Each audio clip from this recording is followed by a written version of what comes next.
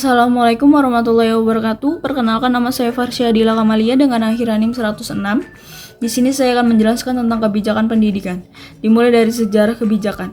Sejarah kebijakan dimulai pada tahun 1990 di USA pada waktu New Deal melibatkan peran sarjana dan ahli ilmu pengetahuan untuk merumuskan kebijakan politik.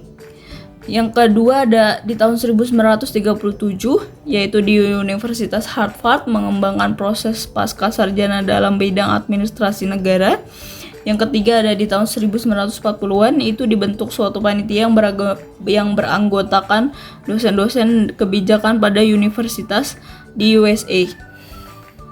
Yang terakhir ada kebijakan pendidikan Indonesia yang terkenal pada tahun 1990-an dengan adanya program administrasi pendidikan. Yang kedua ada pendekatan dengan kajian politik. Menurut Tusadias 2023, setiap bangsa memiliki sistem sosial politik dan dua komponen kunci adalah politik dan pendidikan.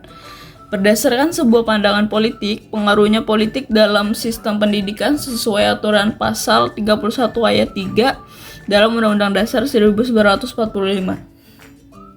Yang ketiga ada pendidikan dengan pendekatan kajian ekonomi. Pendidikan sangat memberikan kontribusi secara signifikan terhadap pembangunan ekonomi. Kontribusi tersebut dapat dicapai melalui peringkat keterampilan dan produktivitas kerja. SDM yang berkualitas tersebut hanya dapat dihasilkan oleh sebuah pendidikan yang berkualitas pula. Dengan adanya pendidikan inilah yang bisa menghasilkan mutu dan tenaga yang mungkin bisa kompeten. Selanjutnya ada sistem sosial dan politik, merupakan dua komponen kunci dalam pendidikan, atau dengan kata lain hubungan sangat kuat antara politik dan pendidikan. Pendidikan dan politik memiliki hubungan yang sangat erat, bahkan selalu berhubungan, sehingga dapat dengan keadaan tersebut menentukan arah perkembangan pendidikan di suatu negara. Selain itu, di pendidikan juga menjadi sebuah investasi sumber daya manusia atau human capital yang dapat menunjang pertumbuhan ekonomi atau economic growth dari sebuah struktur ekonomi yang mendukung munculnya pendidikan yang berkualitas. Dengan pendidikan dapat mempengaruhi pertumbuhan sosial, pendidikan mampu membuka wawasan dan cakrawala berpikir baik maupun peserta didik dan pendidikan. Menciptakan ruang bagi peserta didik mengidentifikasi dan menganalisis secara bebas, kritis, dan dalam rangka transformasi sosial. Dan selanjutnya ada pentingnya belajar kebijakan pendidikan. Yang pertama ada memahami dinamika sistem pendidikan.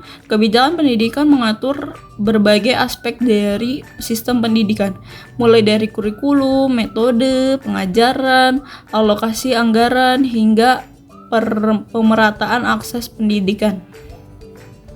Yang kedua, mempengaruhi pembentukan kebijakan. Orang yang memahami kebijakan pendidikan memiliki kesempatan untuk berkontribusi dalam pembuatan atau perubahan kebijakan yang lebih baik. Yang ketiga ada menghadapi tantangan dan isu pendidikan.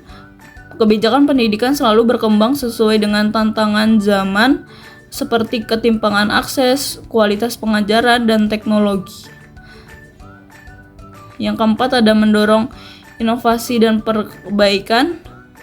Pengetahuan tentang kebijakan pendidikan dapat mendorong inovasi dalam pembelajaran dan manajemen pendidikan. Ketika memahami aturan dan batasan yang ada, orang bisa menemukan cara-cara yang baru lebih efektif dalam meningkatkan kualitas pendidikan. Yang kelima ada mempersiapkan generasi muda untuk masa depan.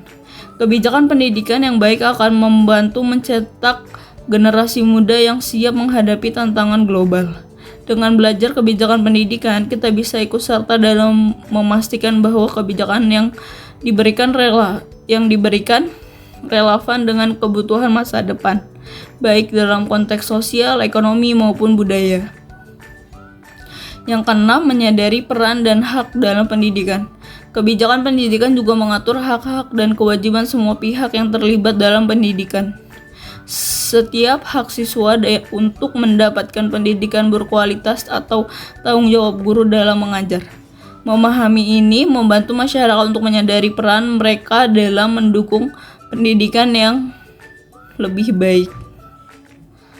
Sekian dari presentasi yang saya berikan. Mohon maaf jika ada kesalahan kata ataupun kata-kata yang kurang berkenan. Mohon maaf. Assalamualaikum warahmatullahi wabarakatuh.